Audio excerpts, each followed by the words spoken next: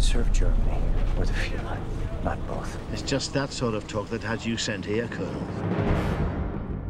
Here we go, rehearsing. He was sent to North Africa because he was outspoken about Hitler. There was concern as to his well-being if he was not sent away. At this point in the war, the German army was losing North Africa by degrees. And the 10th Panzer Division was on retreat as they were being pushed back both by the Americans and by the British. They were attacked by British aircraft. He lost his eye, his right hand, and 2 fingers on his left. This sequence is basically the moment that Stauffenberg gets his terrible injuries that we see through the rest of the film.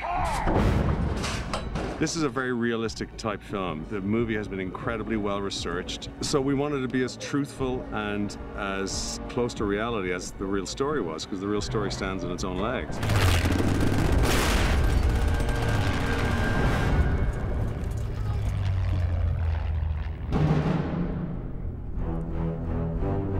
The sequence in North Africa, we were originally going to shoot abroad. So I scouted Jordan, I scouted Aqaba, the Middle East, I scouted Spain. What happened was that when we got to Germany, we started to meet members of Stauffenberg's family. We started to meet people who knew members of the German resistance. So as we began to learn more and more about these people, who they were and what their motives were, we began to reassess Africa and the way it was written. So we decided to put Africa aside and finish the movie. We waited to shoot this sequence so that we got it right, that we understood who the character was and what he was thinking and what he was feeling when he was there. But in the end, Cougar Buttes, Victorville, looks more like Tunisia than any place on earth, except maybe Tunisia. And action and dust. We've had a very filthy time here in the desert. We've been blowing a lot of dust products around just to, you know, simulate after explosions and what we did with the big bangs. We made a conscious decision on this one. We wouldn't go for the usual fireballs that you get in movies. We've gone for more cement dust look effect on this with a flash and an impact in the center of it. And we wanted a real sense of reality and danger and the dirt and the horror of war. And this man right in the middle of all this horror. It's not pretty, it's not romantic, it's not heroic, generally speaking, you know what I mean? It's got to be down and dirty. We've done some huge explosions, like stuff going over 125 feet in the air. That requires a lot of force and a lot of energy, so we were using high explosives. Then the issue is, how can you do that safely and put somebody safely close to it?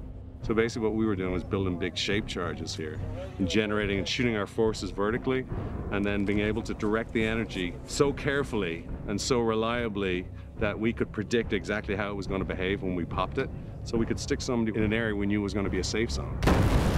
Good morning, Tom. How are you going to hit the ground? We've got a load of this to cover. All the stunts have basically been designed for Tom, where Tom does them all himself. I haven't doubled Tom at all in this.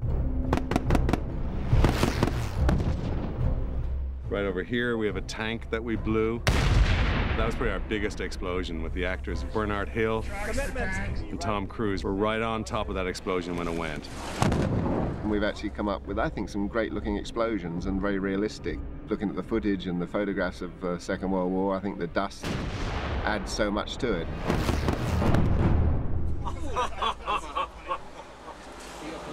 Here we go, and action! Colonel, my orders are to advance to Sidi Mansour and hold it. That's what we'll do. The British are moving up from the south. Pat is closing in on the coast. You know we should have left 2 days ago. It's not at all easy to find authentic vehicles from this time period because they're in big collections, a lot of them, and they're worth a lot of money. We've got a wide spectrum of all German army vehicles. We've got the motorcycles with sidecars, we've got lorries, everything with the authentic number plates and period stamps, the right colours, the right markings. Everything's carefully researched to make it 100% authentic. Roll, please. Rolling, rolling, rolling. And moving, action! The only challenge with the vehicles on this one is which ones you pick to blow up, because they're obviously somebody's pride and joy, they're collector's pieces. I hate it when you blow up their favourite toys. Boom! The vehicles in Africa that we blow up will be Eastern European vehicles from the Czech army, and we're going to convert those to World War II Mercedes trucks. The process to convert them has to rely on the authenticity of the vehicle. It must look right at the end of the conversion. So we've picked vehicles with skinny wheels, with the right wheel plan.